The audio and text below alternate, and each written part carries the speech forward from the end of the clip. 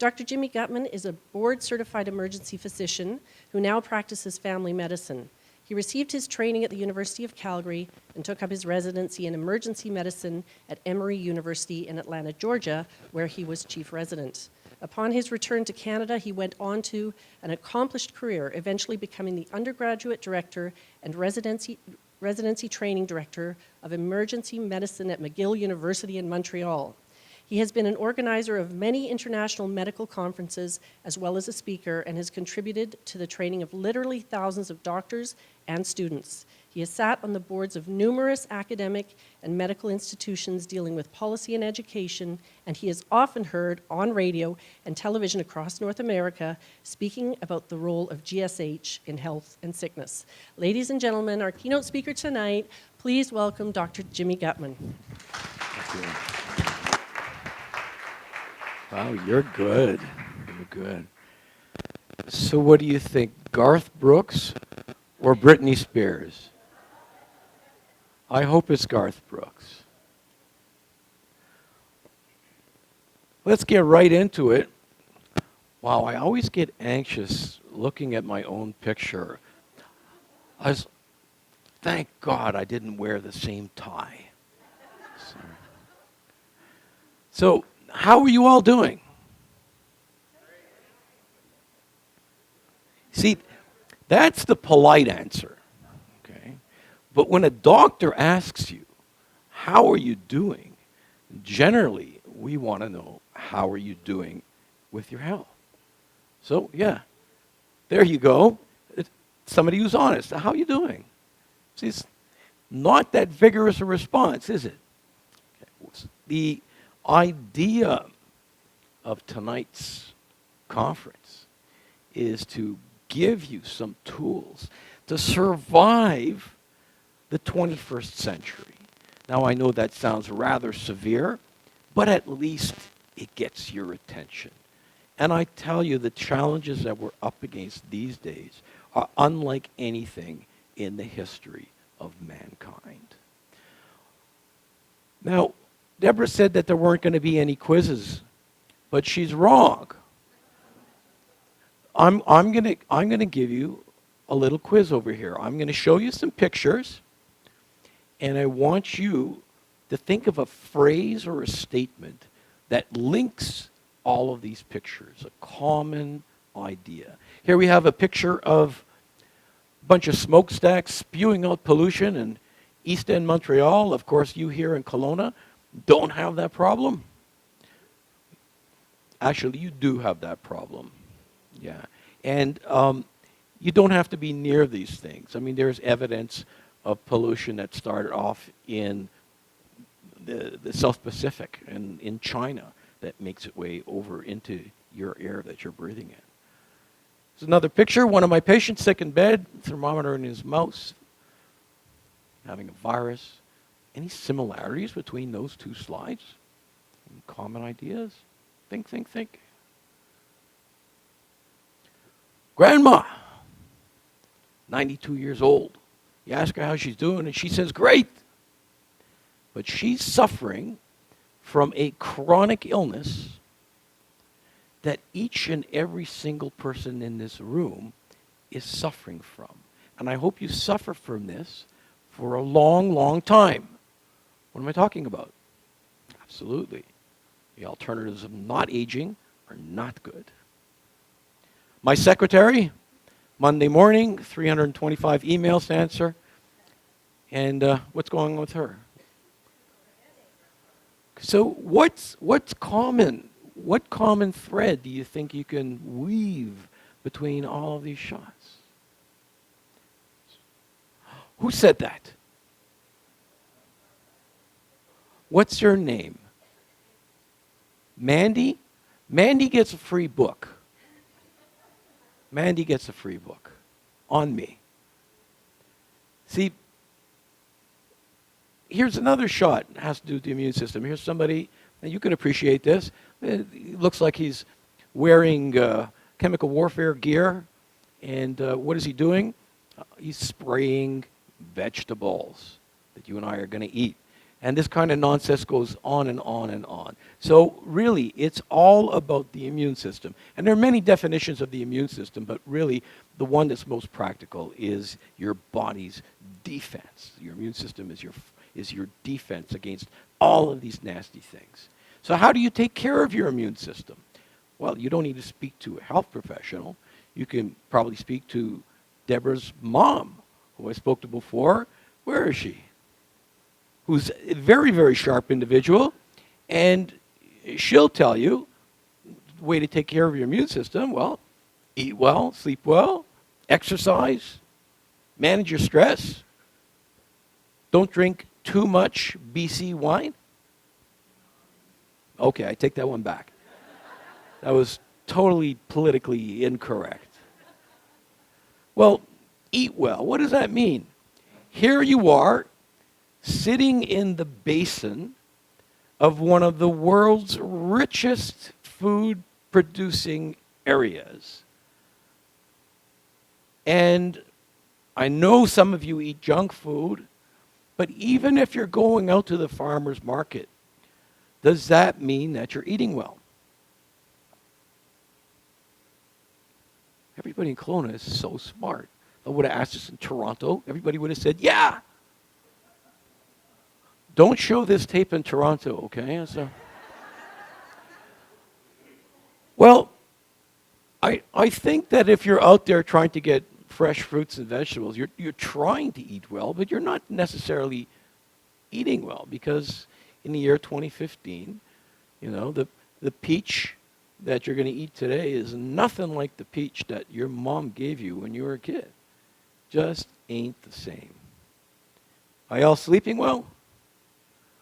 Well, just statistically, half of you are not sleeping well. And this will have an effect on your immune system. Not just on your immune system, get this, and your research also suggests if you're not sleeping well, you're probably getting fat. And that has to do with weight loss and weight control. So, not sleeping well. Y'all exercising? This is a crazy city. This is a crazy city. Good, good, good.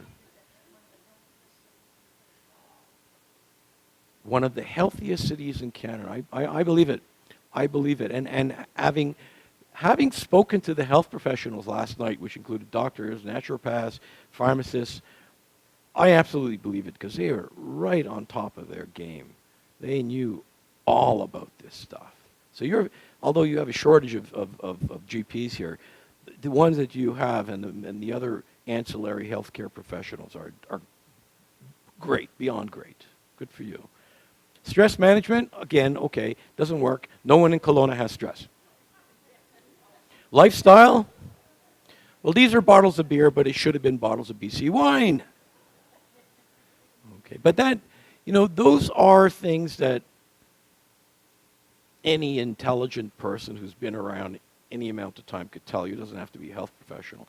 But there's going to be something else added to this list in the next few years. It's certainly on my list, and that's raise your glutathione levels. Glutathione. And that might be a bit of a mouthful, but it's something that you already have in your body. Every cell of your body manufactures glutathione. And if that's for me, tell them I'm busy. Glutathione has been called a lot of things, but it really is one of the most important things to protect you from getting sick. Now, who's not heard of this word before? Okay.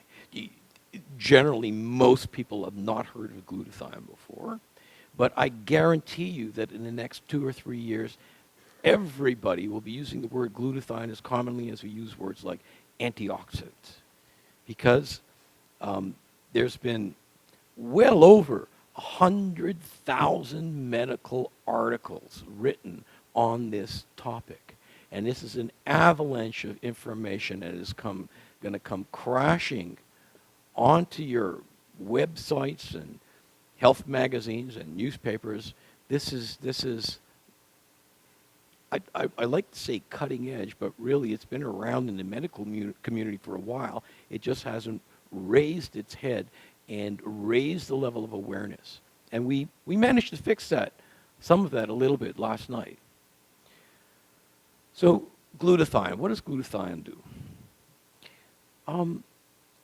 When I speak to a medical audience, I can talk about 40 or 50 things that glutathione does in your cell. But for y'all, since I don't want to put you to sleep before 9 o'clock, we can talk about 3. And the way to remember those 3 is to remember the word AID. What does this stand for? A stands for antioxidant, I stands for the immune system, and D stands for detoxification. Let's look at these in turn. Now, I hope I'm not patronizing anybody here, because I didn't know who's going to show up and what your backgrounds are. So I'm just going to review a few things. Antioxidants. If you want to know what an antioxidant is, you need to know what an oxidant is. You need to know what oxidation is. And here's some common examples. Some nails, I left in the backyard for a couple of weeks. What happened? They rusted. This is oxidation. Same day, I left a tub of butter out in the sun. What happened? My wife turned rancid, and so did the butter. This is oxidation. What happens when you cut an apple in half and leave it on your counter for 20, 30 minutes? It turns brown. This is oxidation. So am I suggesting that the people in this room are becoming rancid and turning brown? Yeah. Yeah, I am. And if you look at the back of your hand, if you're a certain age, you're certainly you're going to see what we call liver spots, which actually have nothing to do with the liver, but have everything to do with the fact that your tissues are becoming oxidized. Okay? Now, do I care that this nice lady has brown spots in the back of her hand?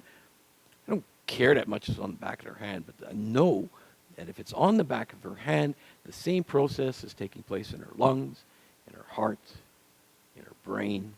So we've got to do something about this.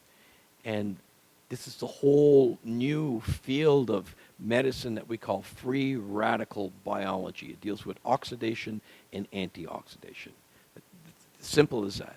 And we know that there's literally hundreds of disease processes that antioxidants can either prevent or even treat. Okay, so this is very, very important. And in Kelowna, everybody knows about antioxidants. I know that. So when I use words like antioxidants, free radicals, oxyradicals, don't let these terms overwhelm you. They all deal with antioxidation and oxidation. Okay? So what causes free radicals? How do we get our levels of oxidation up? We do that by being alive. If you're living and you're breathing and you're eating, you're producing free radicals. And these free radicals, sometimes they're good, but when you have too much of them, then they cause damage in your body. They're highly toxic little molecules. And the sneakiest thing about them is that a free radical is kind of like a vampire. If a free radical touches another molecule, it turns it into another free radical, and the process continues and continues. So let's look at a bunch of healthy cells, and here are your nasty free radicals on the side. And it'll drift over and touch one of the cells. And after a while, that cell becomes damaged and it's full of free radicals, but that cell's touching another cell. And that cell is touching yet another cell, and voila, here you go, a black spot on the back of your hand or in your brain. So how do we stop this process? We call in the cavalry, and the original antioxidants we knew about was vitamin C. And here we have the vitamin C looking suspiciously like a Pac-Man, and you'll see why. See, here's a vitamin C, and the vitamin C will go ahead and grab onto that free radical. Now that's great because it's neutralized the free radical. The problem is that it's also neutralized itself. So at this point in time, if nothing else happened, you would just get rid of this free radical antioxidant complex. When I say get rid of it, well, let me give you a real-life example. Did you ever look at the color of your pee after you've taken a vitamin C pill? And that's what you're seeing. You're peeing out your vitamin C free radical complex.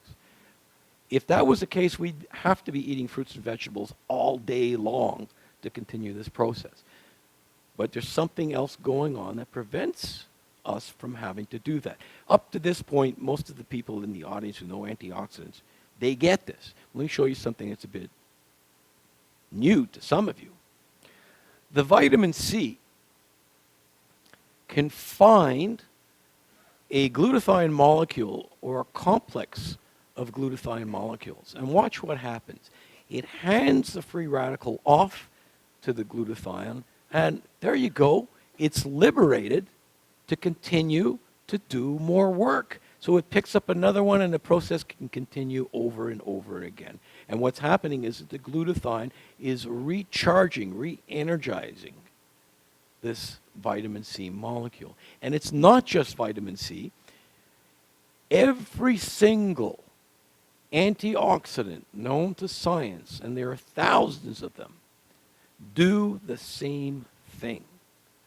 They unload their free radicals into a glutathione system, and that is why we call glutathione the master antioxidant, because this whole process of antioxidation would not take place were it not for the glutathione molecule. So that's A, glutathione, the master antioxidant. I, the immune system. Why do we have an immune system? We have an immune system to make sure there isn't crap in our body. It's not supposed to be there.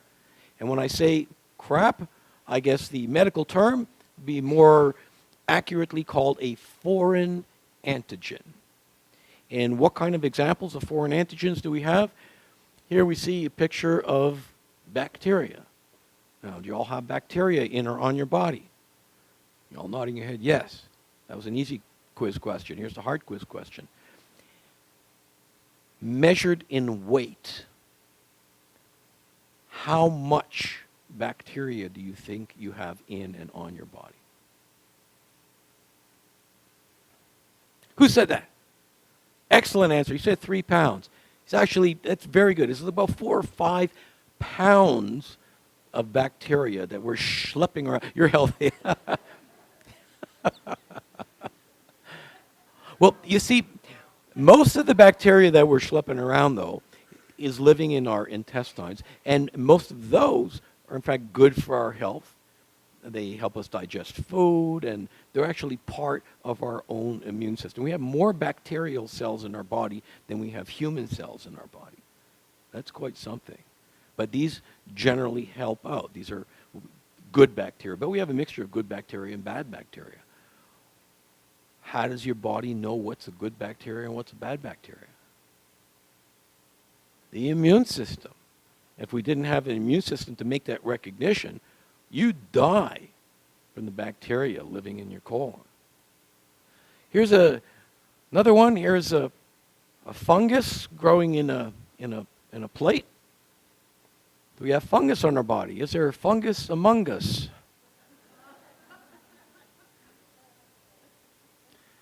Yeah.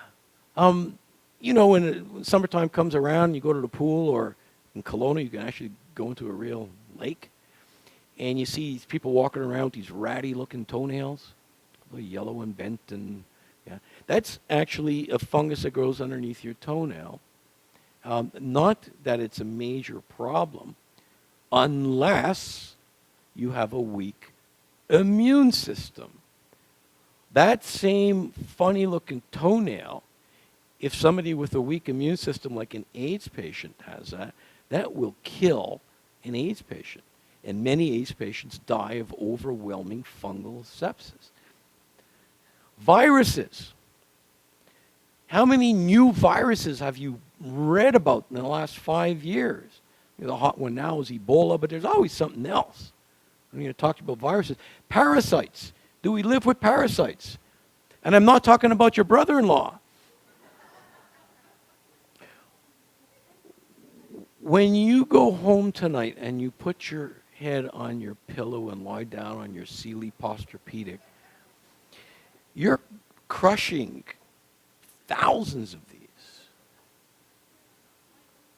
Yeah. Why is it that you're not all you're probably scratching now, but why is it that we're not covered in these?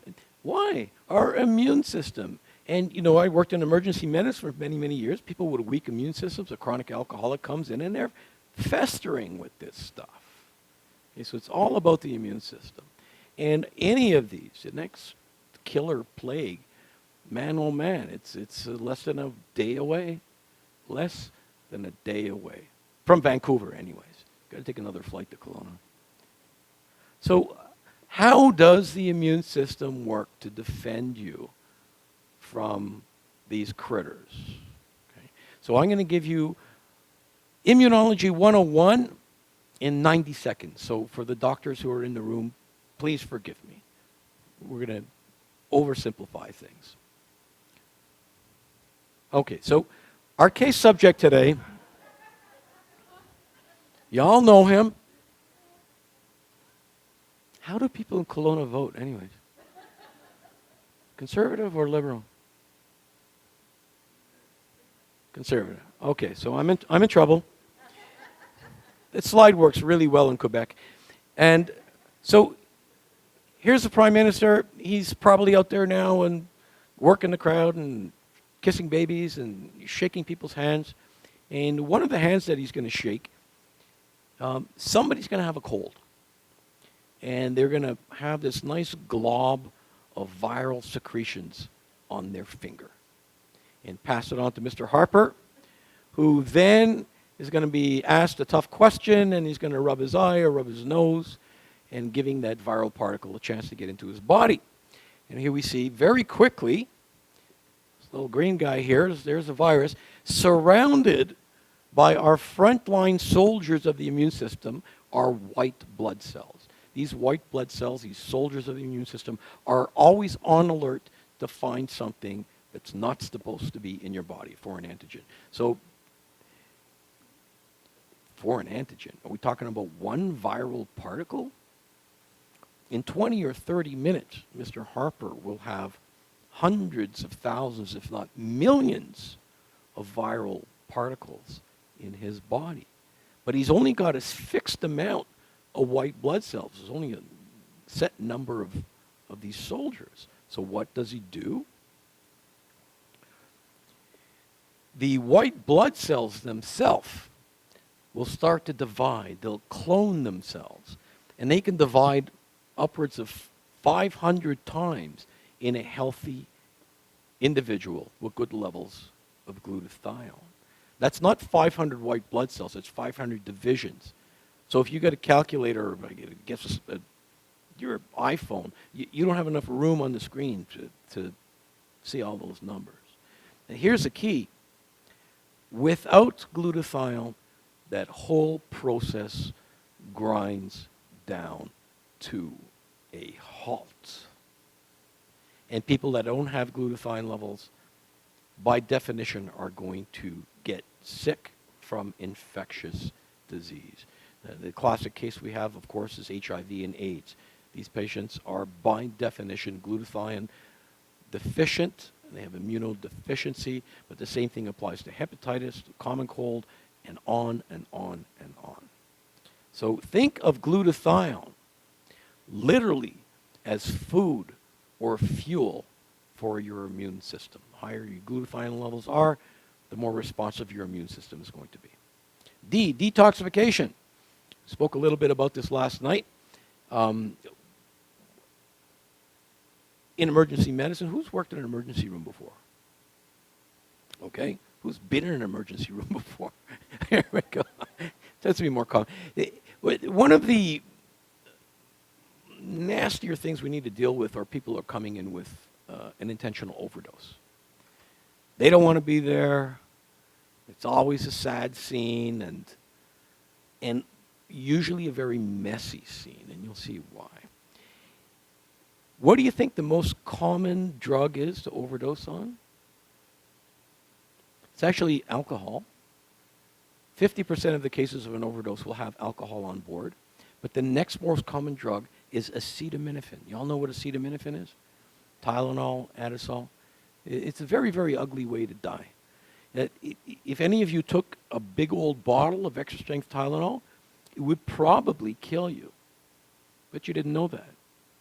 Why do you think they make children's Tylenols in these little bottles? So when the little bugger opens it up and downs them all, he doesn't kill himself. And I say he because statistically it's usually a little boy that will do that. It's not an innocuous medication. It can cause a lot of harm. And the way it kills you, it takes its time.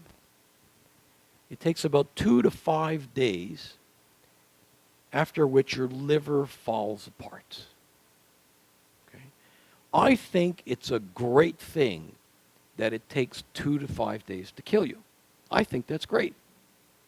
You're all looking at me like, what is this guy talking? It's great because usually after the night that you've had this impulse to do it, or you sober up, you wake up the next morning and you go, oh my God, what have I done?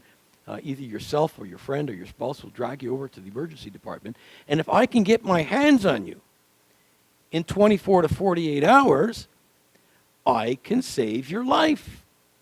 See, I've got this 4 or 5 day window. I can save your life. How do I save your life? I save your life by raising your glutathione levels.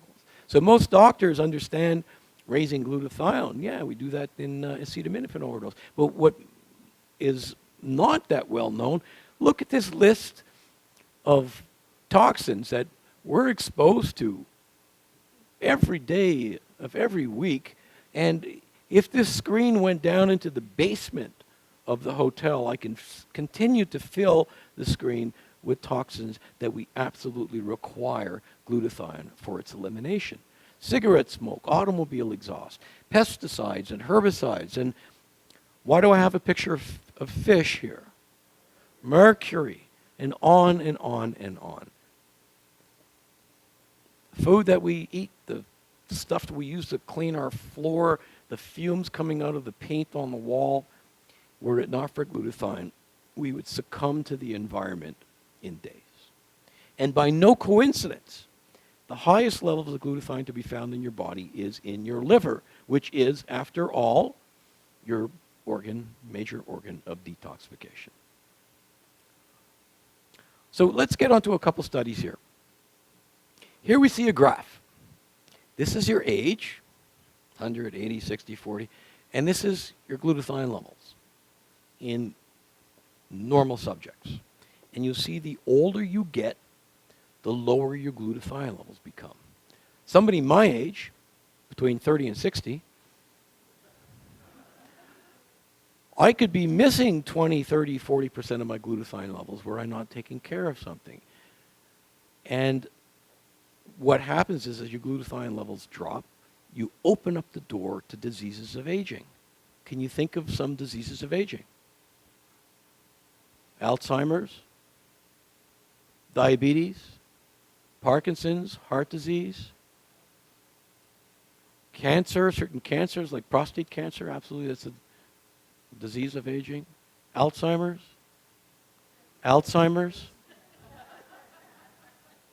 The list is long. So we see that the levels are dropping and dropping and dropping. But what's weird about this graph?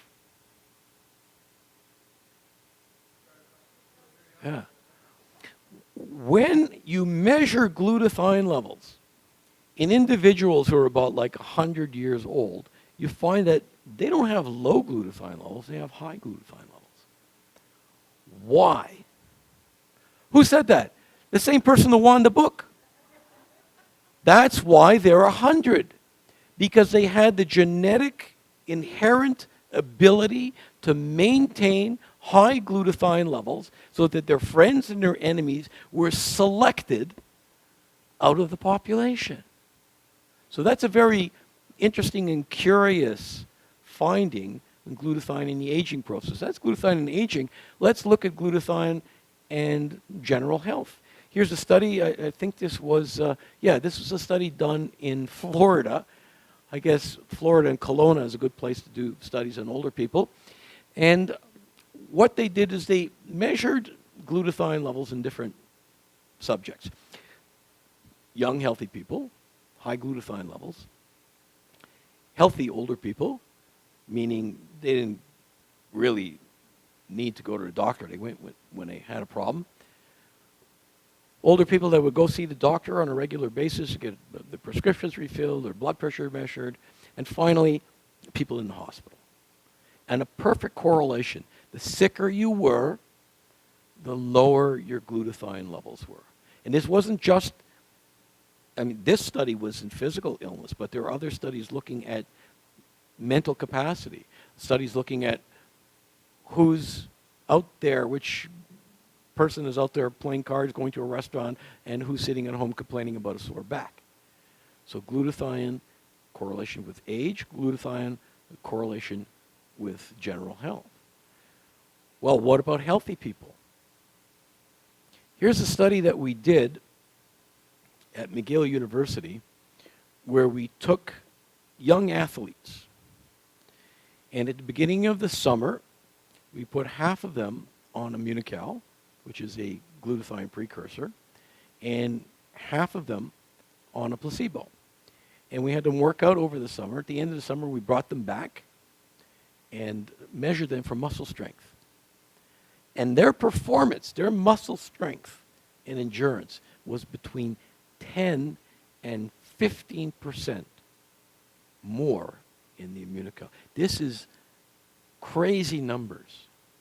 Crazy numbers considering high-end athletes are trying to get another 0.5% to win a gold instead of getting 5th place. And when we published this study, the phone was ringing off the wall. Trainers, owners of teams, individual players. The other day, I showed this slide to, I think it was a bunch of young soccer players. And I said the phone was ringing off the wall. And they looked at me like, what?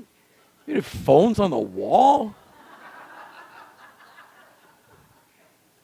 So it's not just sick people. It's not just old people. Even the healthiest individual can benefit from this.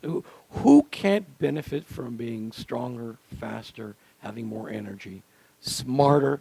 We're doing studies in the brain now. I mean, this is for everybody. So if you remember these three things, AID, then you probably understand 90% of what glutathione does.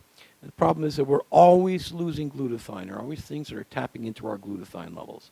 And that could be the drugs that you're taking, a poor diet, injury, stress, infection, pollution, aging, on and on and on. And all of these tap into your glutathione levels fall, and you end up with an older cell, a sicker cell, and worst case scenario, a dead cell. So we have to do everything we can to maintain our glutathione levels. Here is perhaps the most important slide for you tonight. If you're going to remember one slide, this is the slide to remember.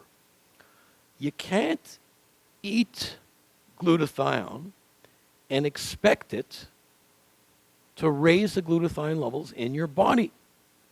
If you eat glutathione, it becomes rapidly broken down in your digestive system and ends up in Lake Okanagan. You can't eat glutathione. So how do you get your glutathione levels up? You give your body the building blocks. You give your cells what we call precursors for your cells to be able to manufacture its own glutathione. If you walk away with anything, that's the message. And what we're talking about, of course, is this product called Immunocal. It was developed at McGill University. We've been doing research on this upwards of 40 years. This was launched 18 years ago as a commercial enterprise. And we have the ability in Canada, I know this doesn't look like much, but when you're dealing with natural products in Canada and United States, you're not allowed to make any medical claims. Whether it's true or whether there's patents, you can't say that a natural product affects anything about your health. But we, after sending van loads of research to Ottawa, we got what's called an NPN number that allows us to say that taking Immunocal will help your immune system.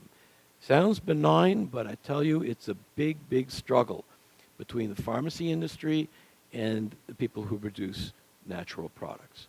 There's a lot of things that we can talk about, but I don't want to get into a political discussion unless there's more BC wine there. So how does Immunocal work? Simply, it gives your body the building blocks so your cells can make its own glutathione. And we have many, many patents, what we call method of use patents. This is not a manufacturing patent. This is not a description of a molecule. This is a patent that's kind of unique to the pharmacy industry, saying that if you take this, then that happens to you. Okay? It's a very, very difficult patent to get because you have to back it up with a ton of research. And we're quite unique in this area. The credibility for me and for the health professionals that I spoke to last night, it's all about research.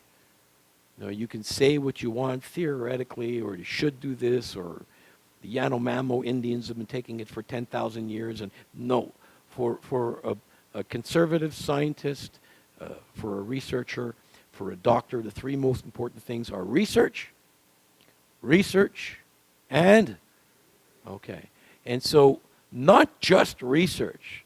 You know, research is like food. There's good stuff and there's bad stuff. We're talking not about research done in a test tube.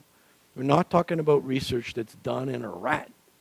You want to know that there were double-blind clinical trials, statistically relevant, done in human beings. And if you look at most natural products, that's a rarity. Rarely will you find that. And this is a company that's been doing this for decades. We have dozens. And you need to look this up. Because, yeah, I'm giving a talk about health and talking about science. I'm ultimately being paid by a company to market a product. Your health is the most important thing you have in your hands. So I urge you, go home and do your homework. And when you look up the importance of glutathione in every single cell of your body, you'll know that you made the right decision. Anybody seen this book before? The nice navy blue book? The pharmacists know it. It sits on the desk of every pharmacist. It sits on the desk of every doctor. What it has is all the prescriptions that I can write your prescription for, all the pharmaceuticals. But there's a non-pharmaceutical, non-prescription thing in there under I called Immunocal. So if you want, and I'm a doctor, I urge you always tell your health professional not only what drugs you're taking, but they need to know what supplements you're taking. And if you speak to a pharmacist, they really want to know what supplements you're taking because there could be drug supplement interactions and all this other stuff. So we're in there. And if you want to take it, have your doctor look at it, flip open to the eye, indications, contraindications, clinical pharmacology, and all the rest of that dry stuff that doctors love to look at. So after all that, how you all doing?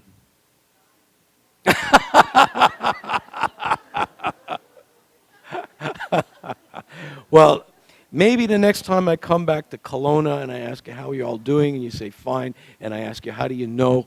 You'll tell me, taking Immunocal and raising your glutathione levels.